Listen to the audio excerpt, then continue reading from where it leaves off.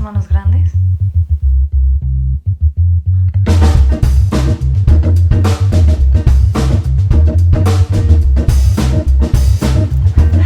¿Cómo así? No me digas, ¿volvieron?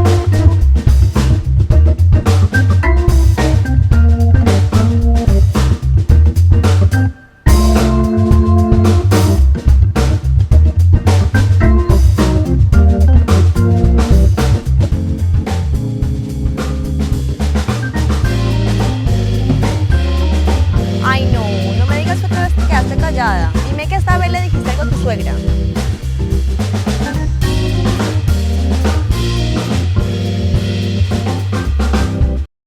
Hola, hola, estamos aquí un capítulo más de Llamada a las 3 en punto. Muy contenta esta vez porque como Natalie tuvo la opción de traer a una amiga suya una vez, Alma, ustedes vieron ese episodio, hoy está con nosotros un amigo mío, una persona que conozco desde hace un par de años y me parece muy rico no solamente traer para ustedes invitados, personas profesionales que nos hablan como que nos dan como ese apoyo a lo que nosotros pensamos, sino también personas reales, personas que están pasando por cosas día a día y que tienen cosas para contar, cosas sobre todo este tema que es algo que se está viendo ahora mucho, bastante. Yo lo he pasado, no tan de cerca quizá, pero vamos a hablar esta vez de lo que es la depresión y la ansiedad en los hombres. Y para eso está con nosotros hoy Daniel Santos. Daniel, gracias por estar aquí. Gracias muchachas por la invitación. Me siento halagado porque soy la primera persona no famosa que viene acá a este espacio, entonces muchísimas gracias. Hablar un tema tan importante que es más común de lo que nosotros creemos y que pues todavía en nuestra sociedad es un poquitico como tabú, digámoslo así. Entonces, Esto es un tema que no se habla muy abiertamente, o sea, creo que los hombres no son como tan abiertos ante esto y qué rico poder tener una persona que quiere abrirse con ustedes y contarles de verdad esto cómo es, cómo se siente, de dónde viene, cómo empieza. Dani, cuéntanos de ti, quién eres, cómo es tu infancia. ok, ¿quién soy? Soy Daniel Santos, soy una persona que sufre de depresión. ¿Desde cuándo? Creo que desde toda la vida. ¿Cuándo lo descubrí? Lo descubrí no hace mucho, digamos hace por ahí 7 años. En realidad supe que era depresión como tal. Siempre lo había asociado un poquitico más a sentimientos como la tristeza, la nostalgia, incluso la ansiedad. Lo asociaba a eso, pero entonces creo que lo sufro, lo padezco desde que soy muy niño. Ya ahora con todas las herramientas que he tenido, toda la terapia que he hecho, pues he notado y he descubierto pues que eso como que siempre vivió en mí. Y ya, pues eso es la persona a quien soy, que me dedico. Soy manager de bares y restaurantes, soy ingeniero civil y ya. Yo quiero empezar como por el principio. Primero te quiero dar las gracias por estar acá porque siento que los hombres nunca quieren hablar de cómo se sienten. Ellos dicen, no, yo estoy bien. Tristeza, ¿qué es tristeza? Es como tabú. Y para ti venir acá y tener la valentía, te lo agradezco de corazón porque siento que todos los hombres que nos ven y las mujeres que también están viendo, tenemos que reconocer que los hombres también tienen sentimientos y no son de piedra y no están hechos para soportarlas todas. Primero eso. Y ahora quiero que me cuentes cómo fue tu infancia. O sea, ¿vivías con tu mamá y con tu papá o solo con tu mamá o solo con tu papá? ¿Tenías hermanos? ¿Cómo fue tu infancia en general? Y, Ahí tocamos el primer punto.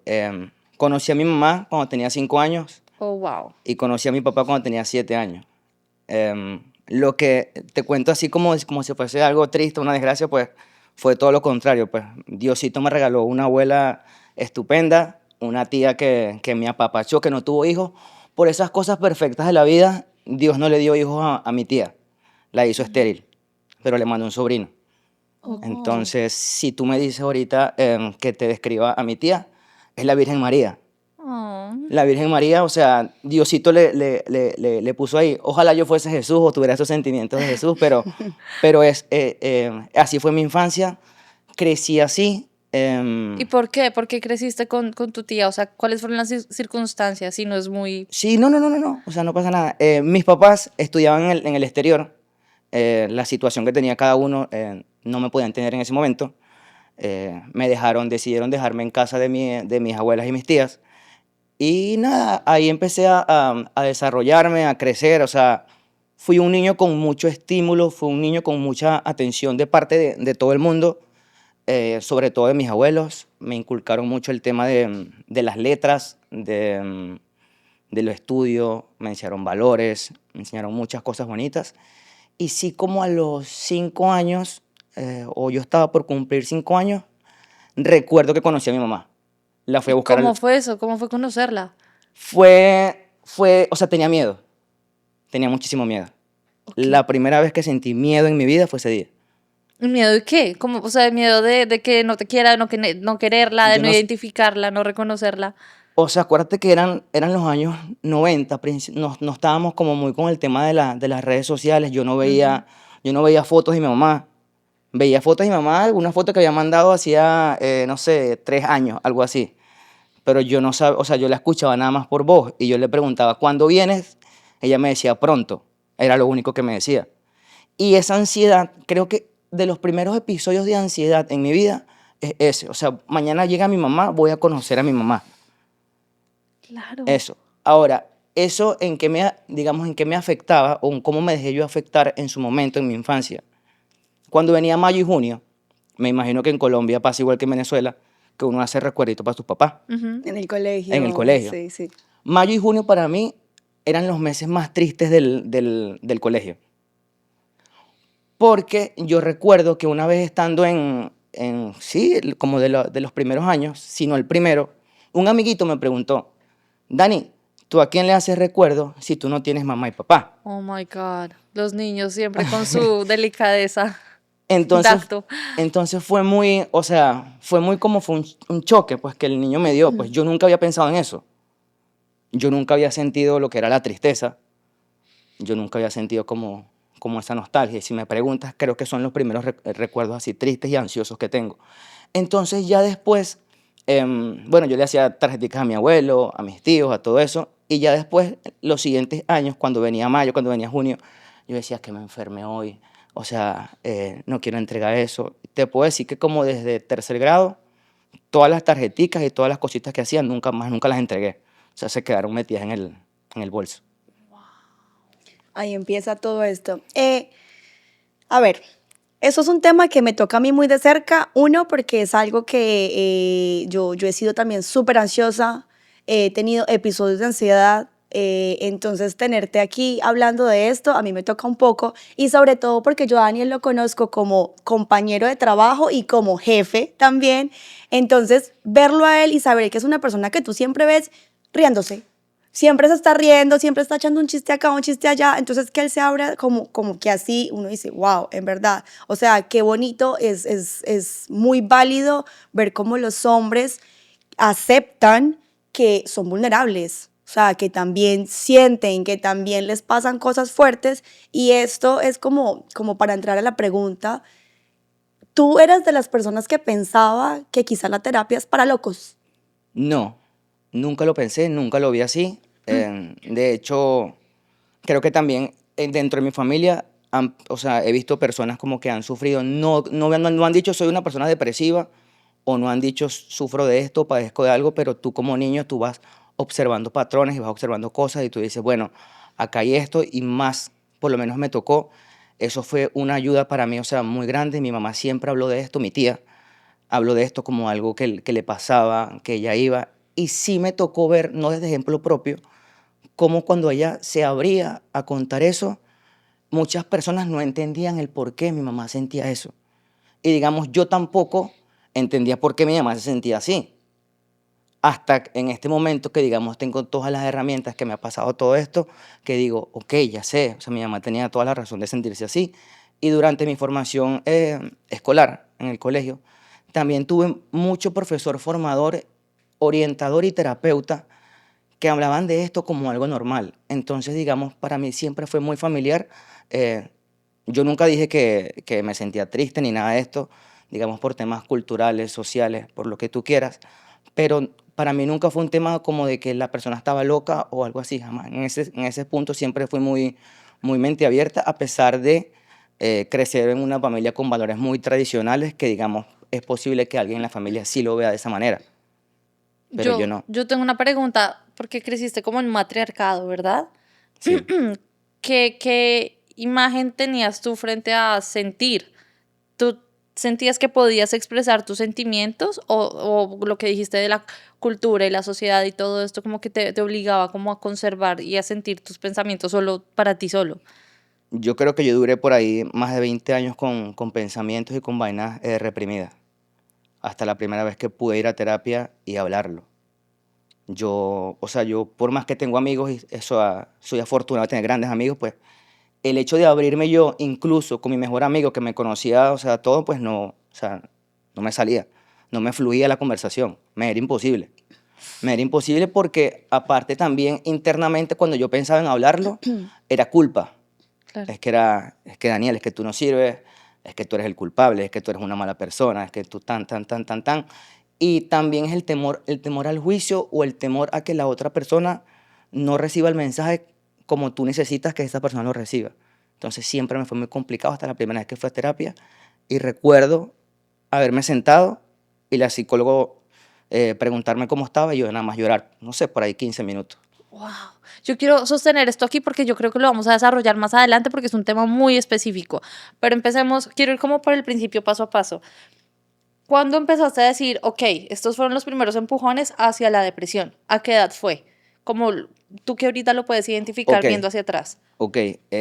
La primera etapa así de depresión así fea que recuerdo, el primer episodio yo tenía 14 15 años. Ok, Yo jugaba béisbol y o sea, por talento, por distintas razones, pues tuve un profesor de béisbol que ya cuando ya te vas acercando como al tema de los tryouts, donde ya, o sea, donde ya uno le toca elegir o voy a estudiar o voy a jugar y todo ese tipo de cosas y tus papás están como en esa expectativa, digamos que tuve un profesor que en ese momento yo me sentí como muy triste, pero hoy por hoy lo agradezco porque fue una persona que fue muy claro y él me dijo que yo para eso, o sea, no me iba a dar el talento para llegar, pues que mejor aprovechara la inteligencia que tenía y siguiera estudiando. Hoy se lo agradezco, en ese momento fue algo, o sea, yo lo vi como algo súper malo y ahí también entra otro factor en la depresión, que es la desconfianza en uno mismo. Entonces, digamos, hoy por hoy o sea, está demostrado que hay miles de deportistas pues, que con menos talento, con menos cosas, pero con mucha sí. disciplina, llegan y logran cosas. Y digamos, en ese momento yo no tenía como esas referencias y me faltó, digamos, fuerza mental propia y terapia y trabajo para yo enfocarme en decir, o sea, lo voy a intentar al menos, ¿sabes? Entonces, mi mecanismo fue dejar todo, no querer saber más nada del béisbol y sentarme nada más a llorar. Creo que es la única vez que pasé una depresión con mi mamá de cerca. Entonces mi mamá como que ella me ayudó, me decía qué hay que hacer para que, no sé, para que esto pase. Me compraba las vitaminas que era, me metía en el gimnasio, me metía en esto y lo otro. Y yo estaba como hundido en esa depresión hasta que como que yo mismo entendí y digamos la sociedad me fue llevando a como que bueno, ya esto pasó, o sea, sigamos estudiando. Lo tomé como un momento de tristeza en ese momento. Ya hoy sé que fue un momento de depresión muy grande cuando tenía 14 años. Claro. Pero eso se da básicamente es porque no logras como hacer eso que en verdad tú querías hacer.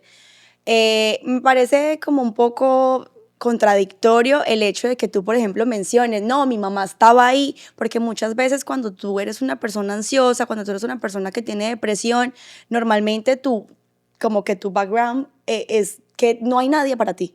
O sea, sabes, como que quizá naciste, creciste en un hogar donde quizá no hubo un padre, donde quizá no hubo una madre. Está claro, nos contaste que los conociste ya cuando tenías cierta edad, pero de alguna forma estuvieron ahí ya después para Sí, ti, ¿sabes? Entonces como que uno dice, mira, qué chistoso, uno creería que las personas que les pasa esto son las personas que se victimizan mucho porque es que yo no tuve el apoyo de mi familia para afrontar esta situación.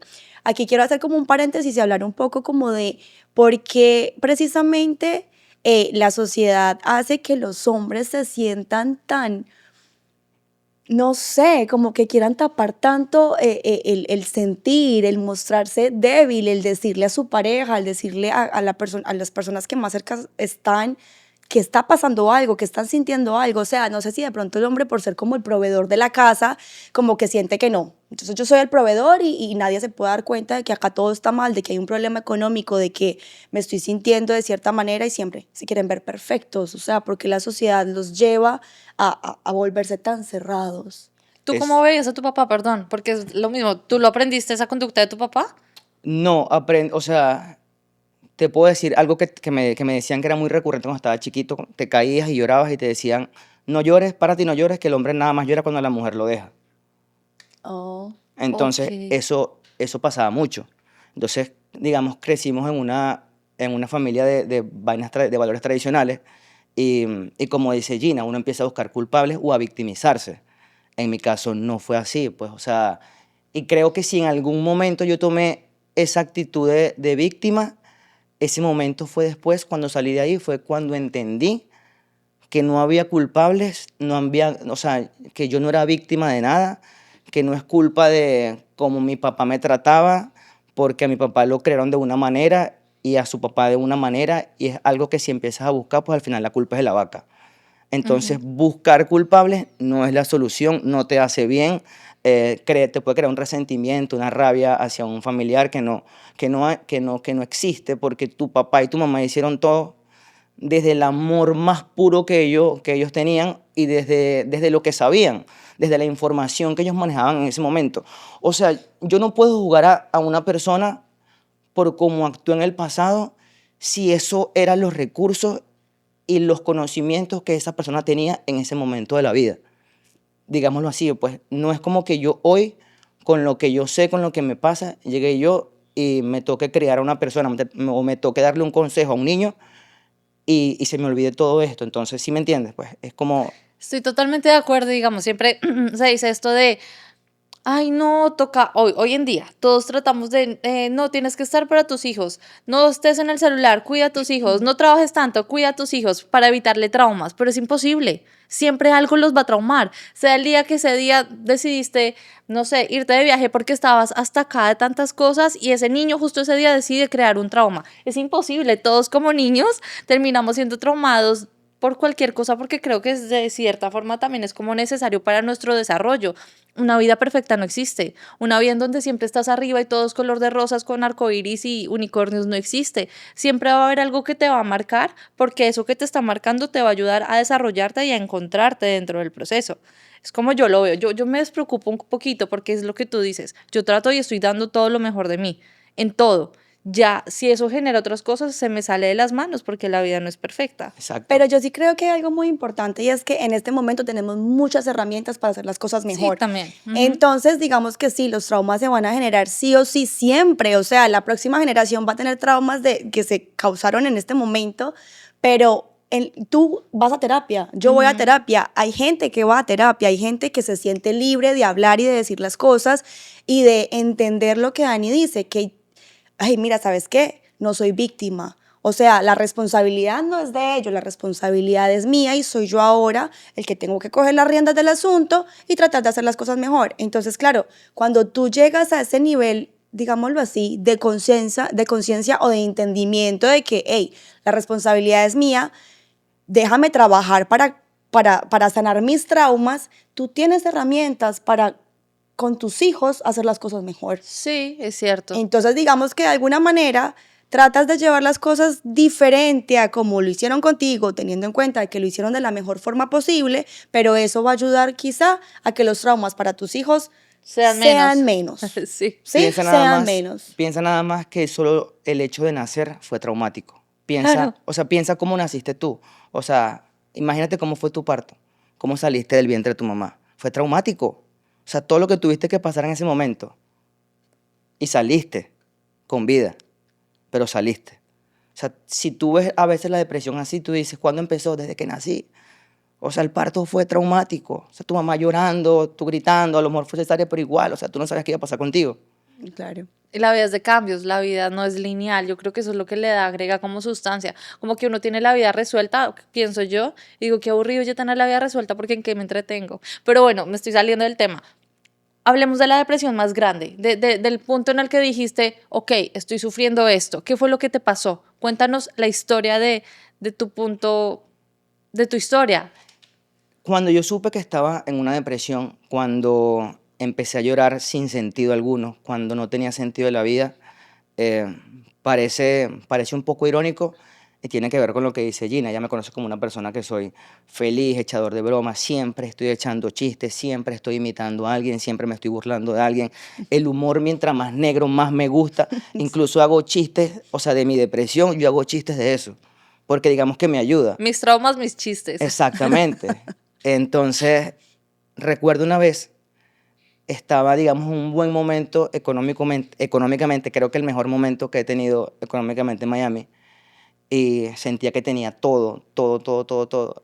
Y fue cuando llegué un día al trabajo, nunca lo voy a olvidar, eran las 2 de la ¿Qué tarde, estabas haciendo? ¿En qué estabas trabajando? era mesero. Ok. Era mesero y me acuerdo haber llegado al trabajo, eran las 2 de la tarde, yo era de los primeros que entraba. Y entramos dos al mismo tiempo, dos meseros al mismo tiempo. Y yo ya vi que mi compañero había llegado y ya estaba organizando cosas. Y me acuerdo que dije, yo tengo que sacar fuerzas de muy adentro para, o sea, para poder trabajar. Había pasado toda la noche anterior llorando, sin sentido. Mi pareja no entendía qué pasaba, yo tampoco entendía, yo no sabía cómo explicarle lo que me estaba pasando y lo que estaba sintiendo. Y en ese punto solamente señalaba y buscaba culpables a mi alrededor. Es porque esta persona me hizo esto, es porque esta persona me hizo esto, es porque esta persona me hizo esto. Y recuerdo que la persona me preguntó, hola Dani, ¿cómo estás? Y eso fue como que me fuese desnudado el alma. O sea, fue horrible. Yo no pude parar de llorar en ese momento. Lloraba, lloraba, lloraba. No podía hablar. Eh, Llamé a mi psicólogo. Recuerdo haberle dicho cómo me estaba sintiendo. Ella me preguntó qué estaba haciendo. Eso duró como 3 días. Recuerdo que uno de esos días yo manejaba sin sentido por todo Miami. Manejaba y lloraba. Manejaba y lloraba. Manejaba y lloraba. Manejaba y lloraba. Y no sabía dónde iba. Y hablaba con mi psicólogo. Y me decía, Dani, ¿a dónde vas? Yo decía, no sé a dónde voy. Daba vuelta por todo Miami sin sentido alguno. Ese día que me pasó eso, en, trabajando, recuerdo haberme devuelto a mi casa y pedir por favor que yo no me quería sentir más nunca en mi vida así. Y empecé otra vez a retomar el tema de la terapia. Y me di cuenta que pasaba por una cosa de que no era lo que fulano te hacía, lo que sutano te hacía. Era quién en realidad eras tú y por qué te sentías así. Y entonces ahí entramos en un punto de conocernos a nosotros mismos. Eso puede ser uno de los detonantes de la depresión. Cuando estás en una caja y estás como atrapado en ella y tú estás tratando de encajar ahí, pero tú no perteneces a esa caja. Entonces, por más que amigos, círculo social, rumbas, dinero, todo lo que tú quieras, o sea, eso nada, nada, nada te llena. Entonces, ese vacío se vuelve aún más grande. Y cuando tienes la conciencia de lo que hablaba Gina, es todavía aún más difícil entender por qué pasa esto, porque te haces tú mismo preguntas. Si tengo esto, si tengo lo otro, si mi mamá está bien, si tengo dinero, si ya hice esto, si no tengo ego, si no tengo esto, si tengo un buen trabajo, ¿por qué me siento así? Qué mal agradecido soy yo con la vida por sentirme así. Pero yo tengo una pregunta, o sea, este comportamiento de estar llorando y estar sintiéndote como encerrado, puede ser, Ajá. ¿empezó de la nada o tú ya estabas acostumbrándote y ya lo estabas normalizando, estarte sintiendo así? ¿Cuánto tiempo duró todo esto hasta que dijiste, quiero hablar con la psicóloga, tomar terapia? Yo ya iba a terapia. Yo ya había pasado por este tema de como de encontrarme a mí mismo, de ir a terapia, de sanar cosas conmigo, con mi pasado, con no buscar víctimas en nadie, con hacerme cargo de yo mismo. Yo había hecho todo este tipo de cosas. Ya llega un punto donde yo como que dejo de ir a terapia y me empiezan a pasar cosas buenas acá en Miami. Y es cuando pasa toda esta cosa y yo nunca sentí, o sea, yo por qué voy a ir a terapia. Siendo ya una persona que había estado en terapia, yo mismo dije, ¿por qué yo voy a ir a terapia si yo estoy bien? Si es que a mí no me falta nada, si es que tengo una esposa, si es que gano bien, si es que tengo un buen trabajo, si es que tengo esto, ¿yo por qué voy a terapia? O sea, ¿yo por qué tengo que ir a terapia? Entonces, ahí es cuando me lanzo en ese hueco, en ese vacío emocional del que no podía sanar y o sea, no sabía dónde estaba metido. Es que es algo que es muy contradictorio porque la gente a veces no entiende que entre más tienes, a veces más mal te sientes. A veces cuando tú ves gente muy feliz, es la gente que más triste está.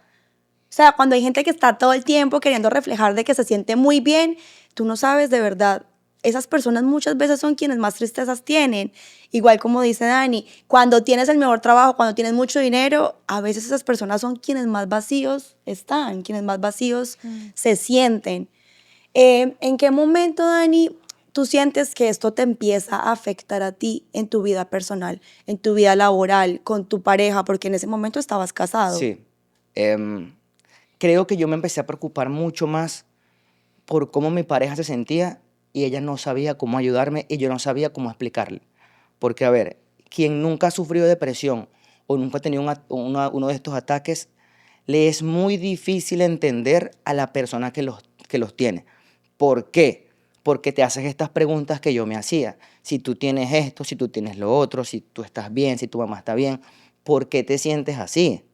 O sea, ¿cómo te ayudo? ¿Cómo pasa? Y a veces creo que la mejor terapia, la mejor solución, y esto lo digo porque es muy importante, sobre todo si tú quieres a una persona y tú quieres estar con esa persona y tú la quieres ayudar de ahí, pues es muy importante el entendimiento y el acompañamiento que esa persona puede tener contigo.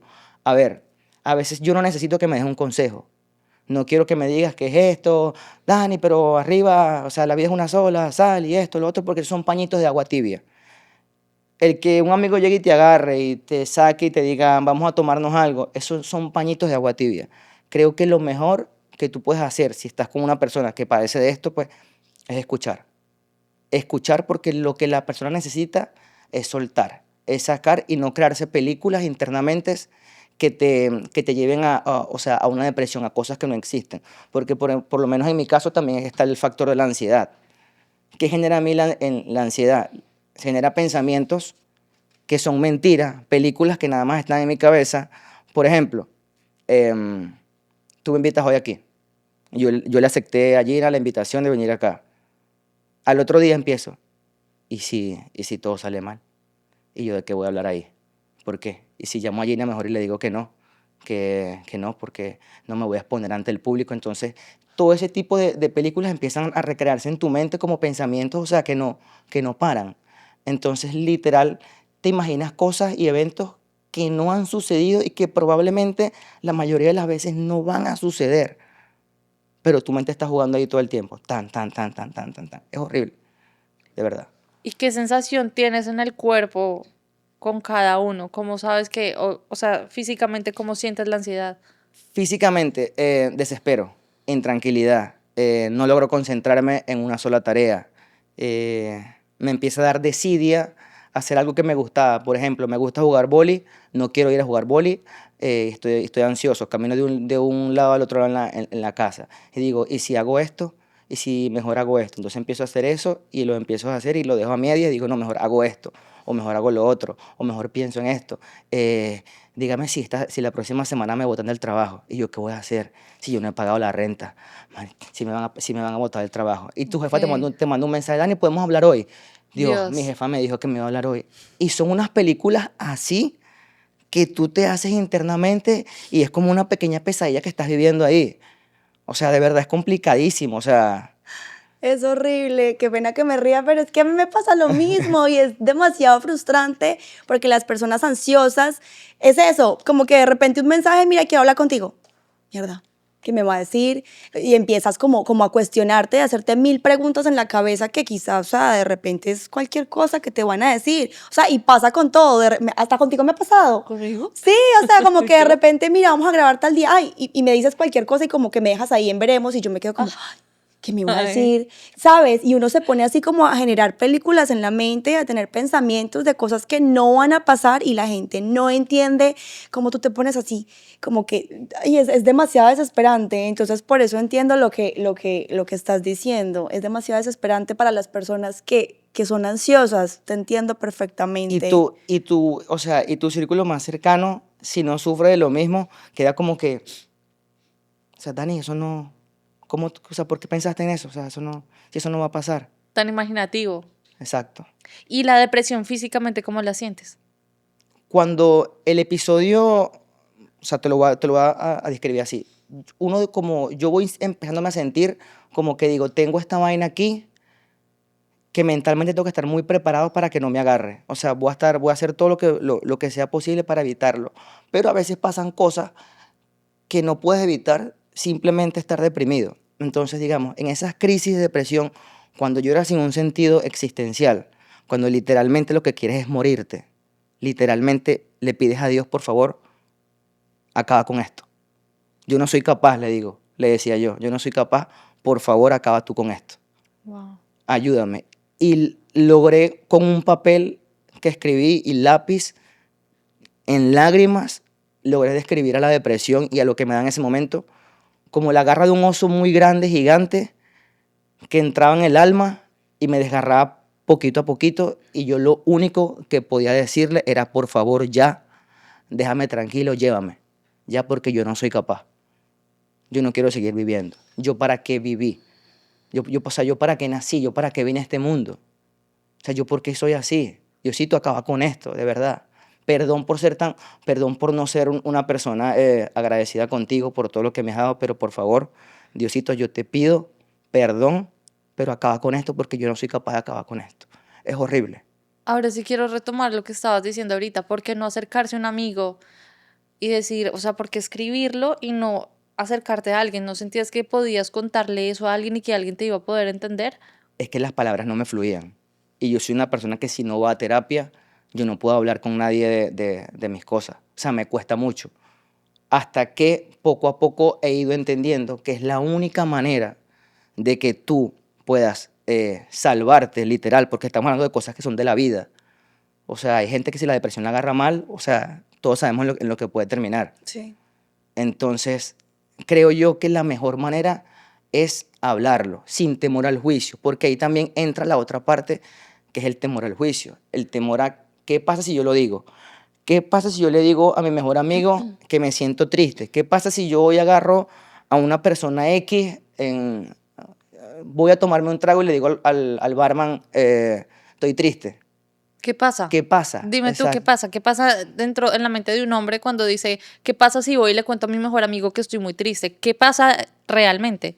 Legalmente no pasa nada. En la mente de una persona con ansiedad o con este tipo de trastornos pasan muchos pensamientos antes de poder soltarlo y expresarlo. Y cuesta muchísimo. Entonces es como que yo no quiero que mi amigo me diga, pero Dani, ¿cómo vas a estar mal si tú tienes esto, tienes lo otro? Y eso nunca pasa. Es un evento que yo me imaginé en mi cabeza. Cuando pude hasta hace poco contarle a mis amigos, a mi círculo más cercano, cómo me estaba sintiendo, fue todo como que, bro, o sea, es normal, ven acá, Ah, tú sí eres hay nuestro apoyo. ¿Tú crees amigo. que sí hay apoyo entre hombres? Porque yo siento que la principal razón entre hombres es que sienten que no pueden hablar porque de una les van a decir, ay, deje de ser maricón, no sea tan niña, solo las niñas lloran. O se empiezan a coger, digamos, yo lo veo mucho en el grupo de amigos de mi esposo. Alguien cuenta un problema y toda la semana se la están montando ahí con la Qué puya del fastidio. problema y son súper Qué fastidiosos. Entonces fastidio. yo digo, claro, para un hombre exponerse y abrir el corazón es muy jodido. ¿Fue tu caso? No, a mí no me pasa por un tema, ojalá cuando yo expresara algo así me echaran broma. O ¿Tú sea, en serio prefieres? sí, claro, porque yo soy una persona que le encanta el humor y el humor negro. O sea, y yo aprendí a reírme de mí mismo. Entonces, que tú me hagas un chiste de eso, o sea, me sacas completamente. O sea, eso para mí es terapia, la risa. O sea, que tú me hagas Ok. reír, o sea, que tú hagas un chiste de lo que me está pasando. O sea, yo digo, se pasó. O sea, mucho hijo de putas a lo que me dijo, pero fue cómico, pero le quedó bien, pero está bien. Entonces, eso a mí me gusta. Más bien lo que no me gusta es cuando te ven como con lástima. Ah, está deprimido, está triste, pobrecito. Porque no es así. O sea, tú no puedes ver la depresión de esa manera. Yo la veo como la persona que tiene asma, que tiene gripe, que tiene esto. Es una enfermedad mental, más que creo yo que puede partir por muchas vainas. Puede ser por algo genético, puede ser por una descomposición en el cerebro, serotonina, no sé, todas estas sustancias que componen el cerebro. No soy médico, pero pues tiene muchos síntomas, ¿sí? Vainas que Muchos motivos, desencadenan. sí, ajá, como que te faltaba un químico en el cerebro en específico y Pueden por ser eso te muchas mandan la, cosas. la La misma pastillita, vaina no sé. social también, o sea, Claro. genética, son muchas cosas. O sea, esto es algo que es evidente, o sea, que se ve. Hay gente que han pasado situaciones muy fuertes en las noticias que uno ve el día a día de que esto es algo que en verdad se está viendo. Hay gente afuera que no cree que esto existe, pero sí existe. Yo no sé, Dani, si tú ya respondiste esto, pero lo primero entre los hombres en verdad no es pensar como que, ay, no, yo voy a decir esto y me van a coger como que, ay, que es que eres gay, eres marica, o sea, como ustedes se tratan, como que, ay, qué pereza, como que te van a joder por eso, o sea, no es el primer pensamiento entre ustedes, porque nosotras, pienso que nosotras como mujeres lo vemos así, como que es que ustedes entre ustedes mismos se sienten débiles de contar sus cosas, se sienten como que, o Vulnerables. no pasa eso entre los hombres. Sí, el hecho de mostrar vulnerabilidad Ajá. entre tu círculo, o sea, más cercano, entre hombres, no es común, no es normal. Hasta que llega alguien y rompe con ese hielo. Y se empieza otro que está en el grupo. Uy, yo me sentía igual. Uy, ¿sabes qué? Entonces, ya cuando se empieza a normalizar eso, pues es más fácil. Pero sí, o sea, ¿quién da el primer paso? Yo te lo juro que yo, o sea, te aseguro que yo agarro un grupo de 5 hombres, de amigos de 5 hombres, random, y a lo mejor ninguno sabe que hay uno en ese grupo que está deprimido. Y sencillamente no dice nada. Ahora, cuando ese uno da el primer paso y le dice a sus amigos, hey, estoy triste, estoy mal, es en serio, ayuda, alguien en esas 5 personas te va a decir, yo pasé por esto, yo hice lo otro, es más normal. Pero dar el primer paso es lo más difícil que hay. Digamos, yo creo, o no sé, al menos en mi círculo de amigos más cercanos, gracias a Dios, o sea, ese apoyo y ese entendimiento siempre lo he tenido y nunca me he sentido o sea, para comenzar que en la vida en general como que a veces no me da mucha pena expresar lo que siento ni lo que me está pasando. Cosa que antes sí me costaba mucho, pero era más por una cuestión de juicio social, más no por algo de ponerle etiqueta de hombres o mujeres. Era una cuestión. Explícame ese juicio social, ¿qué pensabas? Por ejemplo, yo siento que estamos como en una era digital, Ujú, donde la adicción digital también te lleva a la depresión. ujú. Vivimos en un mundo de redes sociales donde necesitamos ser perfectos, lucir perfectos. Y así muchos te digan, no, es que yo no tengo complejos, yo no tengo esto y lo otro, sí. ¿Y por qué usa los filtros de Instagram? Todos usamos filtros. ¿Cuánto tiempo después que te tomas una foto, que tú sabes que quedaste bonita, que quedaste linda, que quedaste bien para la foto, cuánto tiempo miras la foto en el teléfono para subirla? ¿Y cuántas veces piensas antes de subirla y dices, ¿y será que fulanita va a decir que soy una ridícula por haber subido esto? ¿Y será que fulanito va a pensar esto y lo otro? Y entonces ahí empiezas un juicio que es nada más tuyo, que a lo mejor nadie piensa eso, pero tú lo estás pensando. Entonces empieza ese juicio social y digital en el que estamos, literal, estamos adictos al tema de la aceptación en las redes sociales, de los likes, de esto y de lo otro. Y es un trabajo que uno tiene que hacer también internamente. A mí me pasó y parte de la última terapia que yo hice fue eso, pues, empezar a publicar cosas en las redes sociales.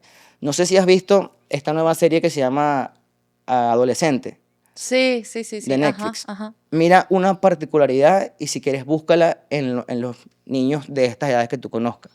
Los niños todos tienen redes sociales, ¿cierto? Tienen 1.000 followers, 2.000, los que tú quieras. ¿Cuántas publicaciones tienen esos niños en su feed? Cero o una, Por qué no publican? porque les da miedo ser juzgados. Sí. Qué difícil debe ser en este momento un niño de esa edad e ir a un high school o ir a un colegio. Qué difícil debe ser pasar por ese juicio social digital en el que nos encontramos ahorita metidos. Tienes toda la razón, sobre todo que nosotros crecimos en la era en donde era la cámara digital y salían 30 fotos y las 30 se subían solas a Facebook y eso no miraba, uno no miraba si salía bien o no, uno tenía álbumes y álbumes en Facebook con millones de fotos. Hoy en día los niños suben fotos así como con miedo, como Dios mío, voy a salir y lo ve mi hija. Total, mi hija está empezando a hacer contenido en TikTok y le ha ido bien, pero cuando un video más o menos le va medianamente mal, le da el ataque. Incluso a mí misma, yo subo un video a TikTok y si no le va bien, yo lo quito. La presión social tecnológica es durísima. ¿Sabes también qué pasa? Que cierto tipo para mí el contenido es bueno dependiendo cómo lo veas. Hay miles de coaches, miles de terapeutas en las redes sociales que te dicen, haz lo otro. Cada uno tiene algo que aportar. A lo mejor entre ellos se contradicen con esto y con lo otro. O sea, yo no me voy a poner a buscar cuál tiene la razón y cuál no. Pero sí sé que también nos dejamos hundir en algo, como por ejemplo, si yo a las 10 de la mañana me desperté hoy a las 10 de la mañana porque me quise despertar hoy a las 10 de la mañana, y ves que ya todo el mundo hizo ejercicio de las 4 o 5 de la mañana, tú Qué dices, mameras. yo fracasé a las 10 de la mañana. Sí, ¿Cómo te sientes? Que fracasé a las 10 de la mañana. Son las 10 de la horrible. mañana y yo ya fracasé, pero bueno, ¿y qué, sabes qué es esto? O sea, ¿para dónde vas tú? ¿Cuál es tu apuro? Sí, claro, porque estás en un constante, como en una constante comparación de lo que hacen el resto de las personas. Y no todo lo que a ti te funciona, a mí me funciona. A lo mejor a ti te funciona hacer ejercicio a las 5 de la mañana, a mí me fluye mejor a las 6 de la tarde. Ajá, sí, todos somos organismos distintos. Eso también puede influir, digamos, se dice, ¿no? Entre comillas, que en la época de los abuelos y de nuestros papás no existía la depresión, que eso es algo que nos inventamos esta generación por eso y puede impulsar esto que no tenían cómo compararse y no tenían una regla para medir, ok, esta persona ya hizo tanto en el día y yo ni siquiera he hecho la mitad ni un cuarto. Eso puede ser, pero también me hace pensar, otra vez devolviéndome a los hombres, ¿cómo miden eso? Porque es que yo siento que somos las mujeres las que estamos comparando, ay, esta tiene ahora más culo que yo, ay, ahora esta está triunfando en tal cosa, pero los hombres son como callados. Y hablando específicamente de la comparación de antes, sí, los hombres de antes a los de ahora, mi abuelo murió hace ya 2, 3 años. Mi abuelo fue una persona que hizo mucho daño, o sea, no fue un buen papá, porque fue lo que aprendió de su papá. O sea, mi bisabuelo tomaba como loco, llegaba a golpear a su esposa, mi abuelo replicó exactamente lo que hizo y hoy mis tías tienen como un resentimiento y un dolor muy fuerte por mi abuelo, pero yo tuve la dicha de conocer la cara arrepentida de mi abuelo. Y mi abuelo vivió sus últimos años sumamente deprimido, pero deprimido hacia adentro. Cuando yo tuve 2 tíos que se murieron, cuando mis tíos murieron, yo jamás le he visto derramar una lágrima, nunca le vi a mi abuelo derramar una lágrima porque era como esta depresión de la tengo que tener para mí porque yo no puedo demostrar que soy débil, eso es de mujeres, eso es de machismo, sí, es un machismo constante. Entonces me hace pensar, ¿tú crees que ahorita la tecnología y todo eso puede hacer que los hombres se sientan más vulnerables a decir, oye, él está llorando, él se siente así, yo también puedo llorar? ¿O simplemente es algo que se va a mantener así para toda la vida? Yo no creo que se mantenga así para toda la vida y lo que acabas de decir es algo muy importante y a mí también me pasa, que es que tu abuelo se sentía así porque tu abuelo no quería ser la persona que había sido en el pasado, se estaba arrepintiendo. Sí, exacto. ¿Qué nos pasa a nosotros muchas veces? Por nuestros valores, por nuestra crianza, te enseñan a que si hoy pensaba que este estudio era blanco, mañana no puedes decir que este estudio es azul.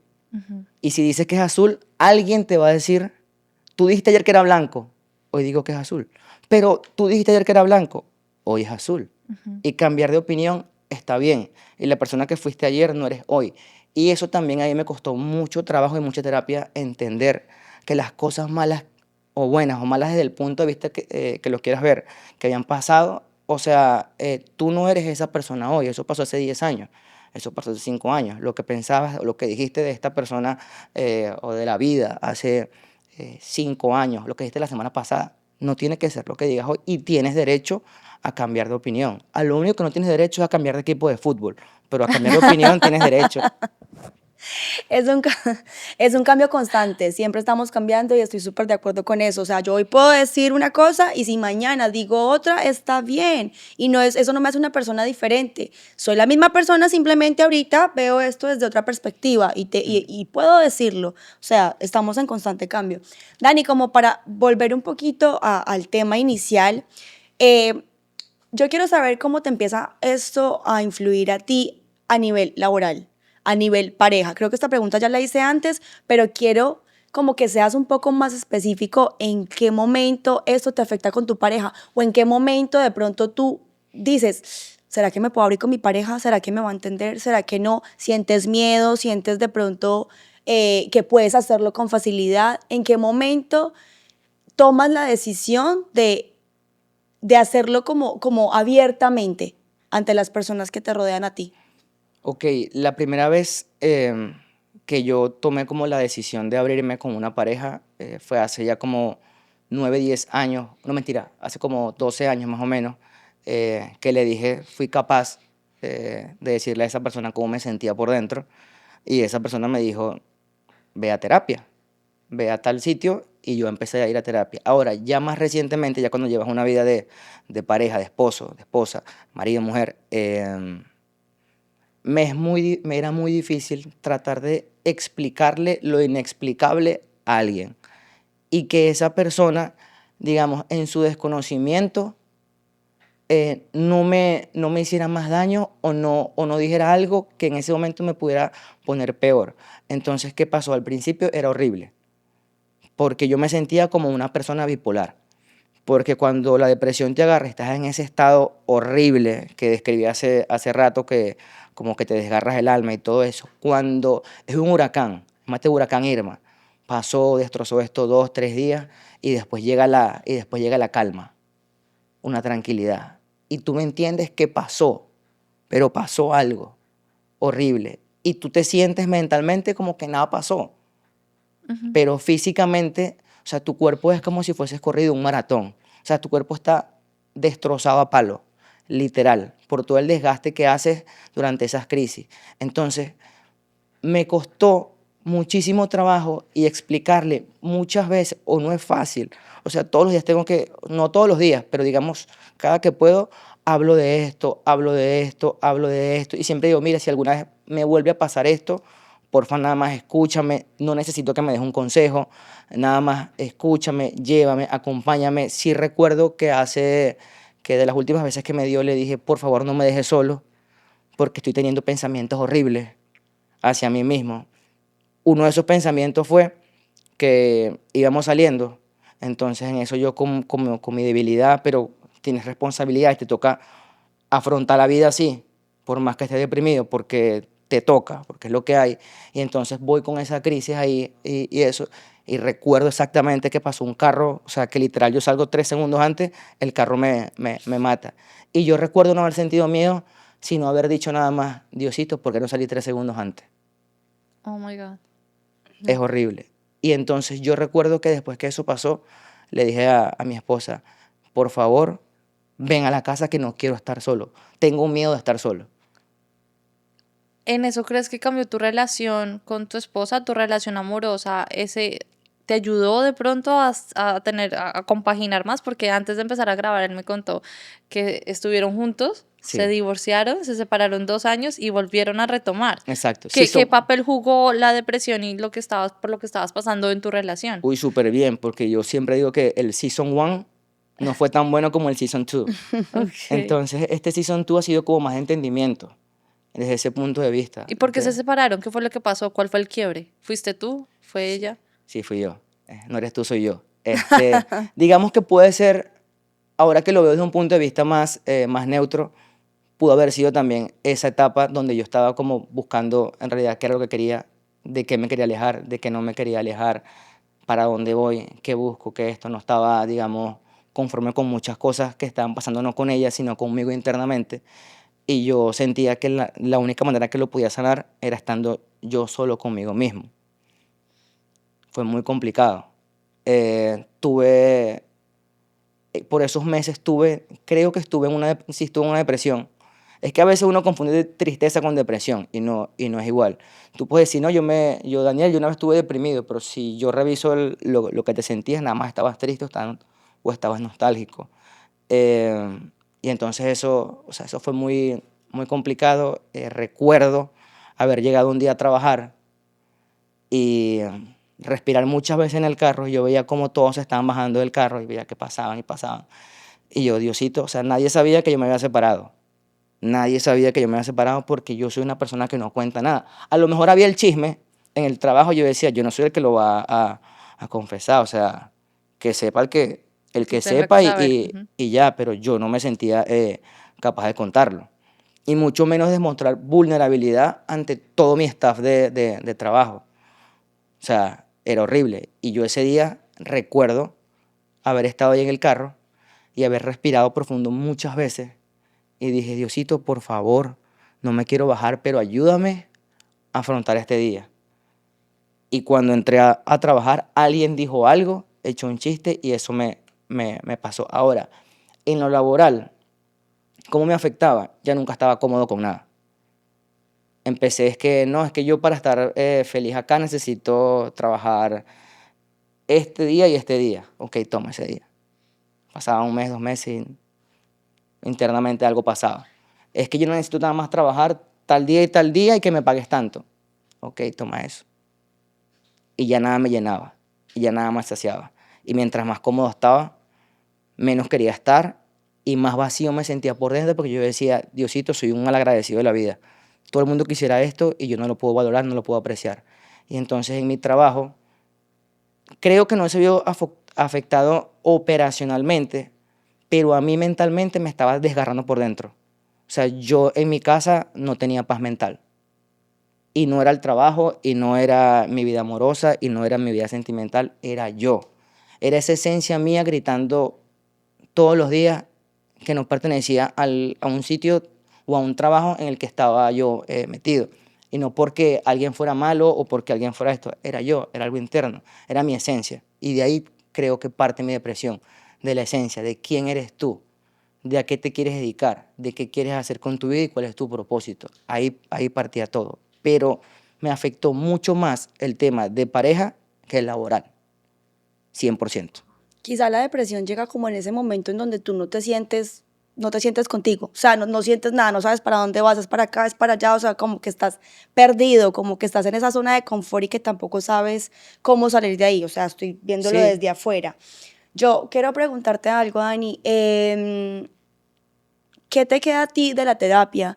¿Qué te queda a ti? ¿Cuáles son esas prácticas que tú ahora tienes contigo? ¿Cuáles son esas cosas que ayudan a tu salud mental? ¿Cuáles son las cosas que te hacen sentir mejor en este momento y que después de terapia y de ya reconocer, porque reconocer no es fácil, salir acá enfrente y simplemente decir, no, sí, tengo depresión, me siento de esta forma o de esta otra, no es algo, no es una tarea para cualquier persona.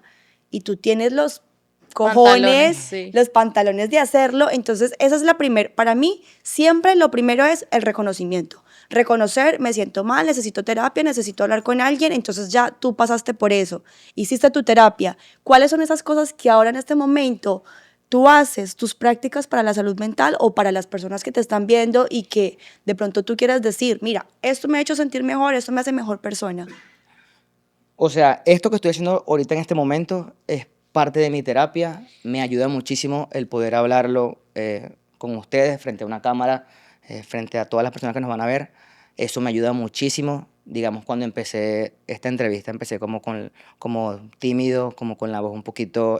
Como más así, Sí, sí, sí, sí. exactamente. Entonces, a medida que voy hablando, como que me voy soltando o sea, es como mucho más fácil.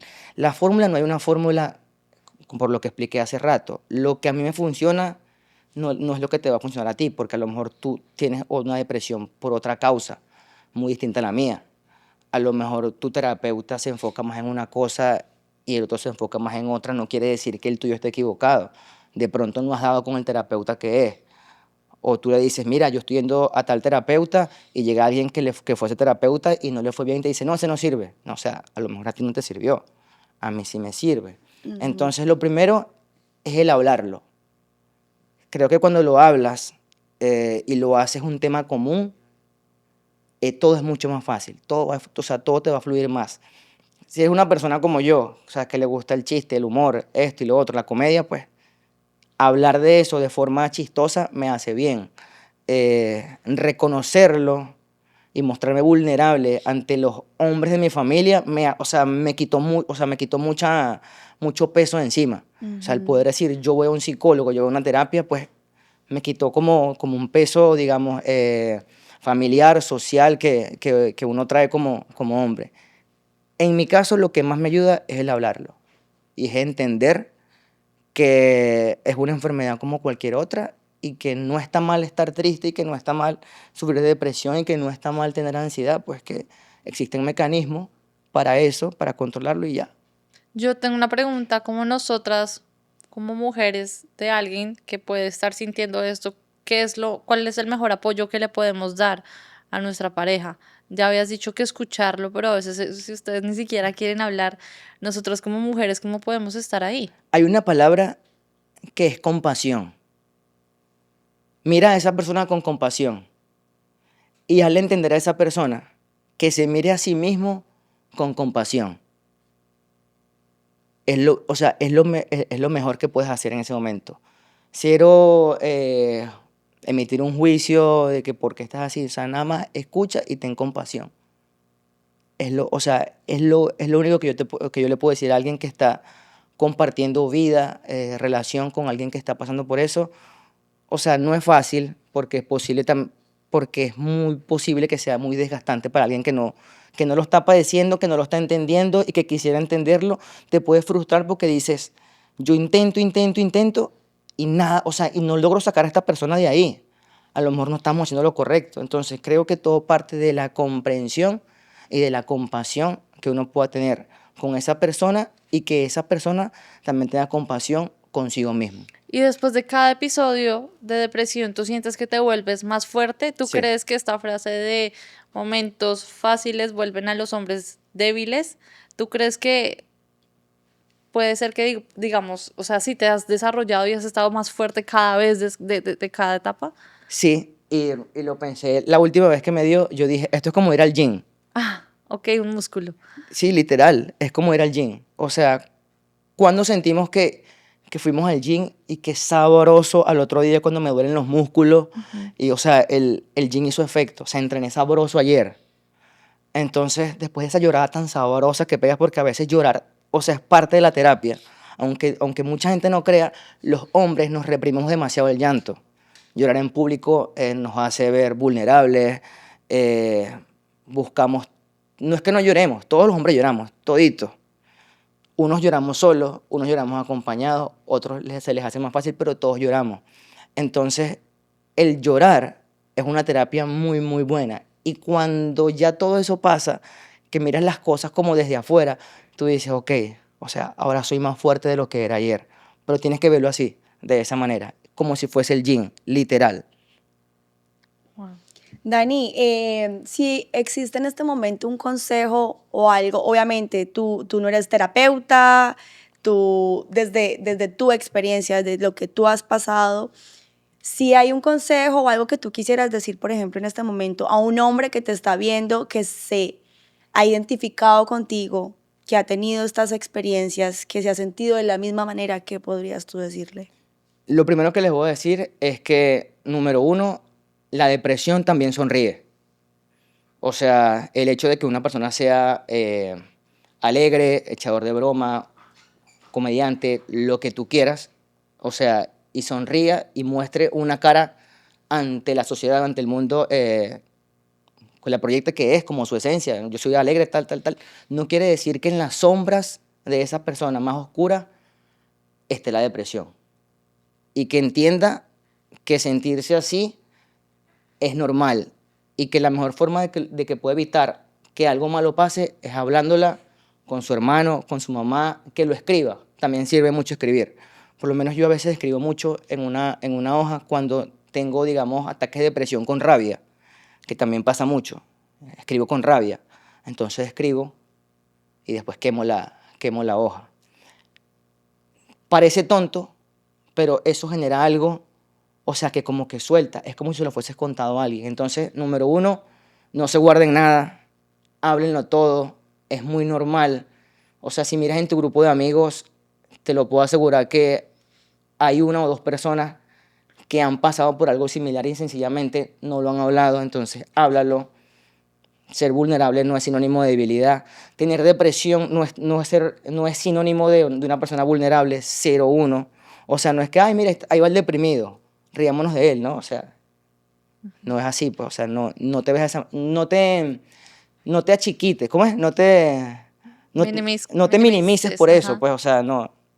Yo creo que esto es como un llamado para los hombres, porque es que creo que en general todas las mujeres lo conversamos y es, hombres, hablen, hablen, se ponen bravos porque nosotras no expresamos, ¿qué te pasa? No, no tengo nada. Y después, puf, nos regamos.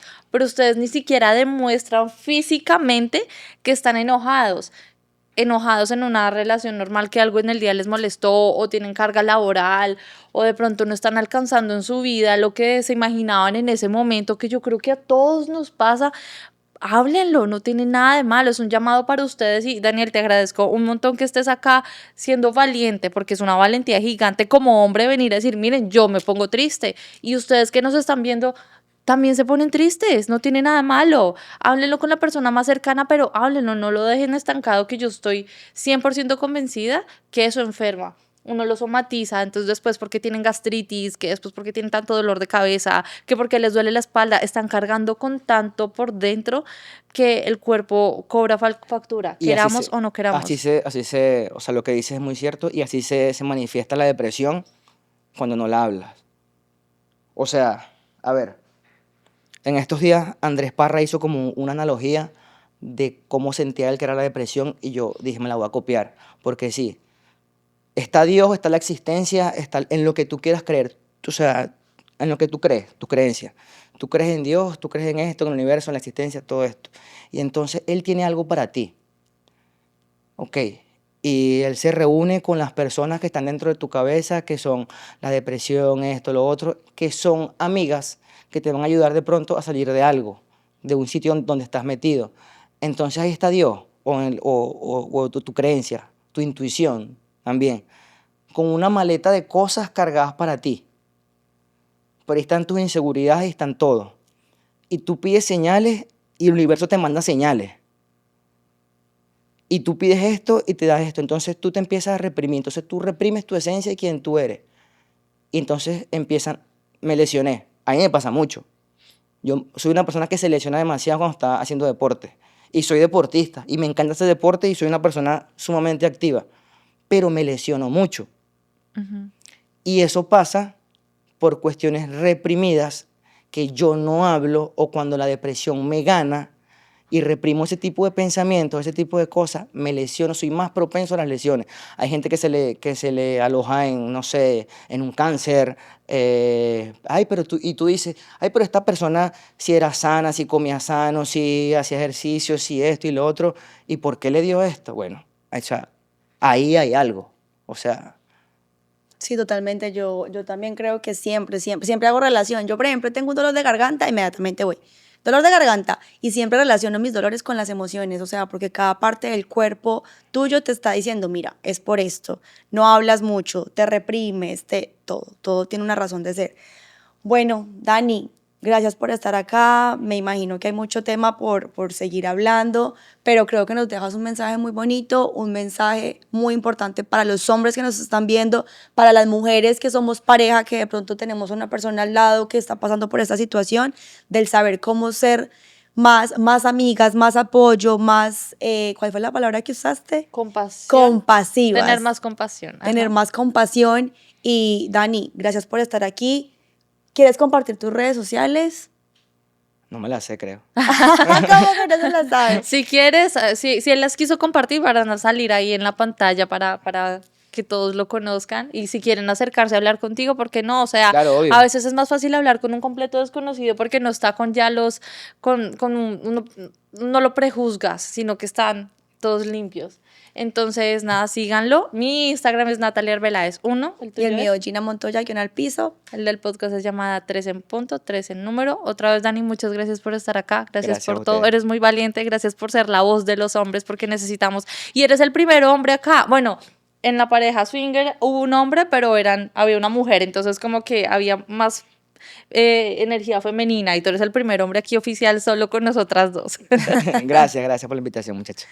Entonces, nada, nos vemos el próximo episodio de Llamada a las 3 en punto, el miércoles. Síganos en Instagram, síganos en YouTube, síganos en Spotify, coméntenos. En Spotify pueden poner puntuación si se les escapan 5 estrellas. Yo no me pongo brava, ¿tú te pones brava? No, O sea, por favor, van y se suscriben en YouTube, por favor, pendientes de todo lo que subimos, ¿ok?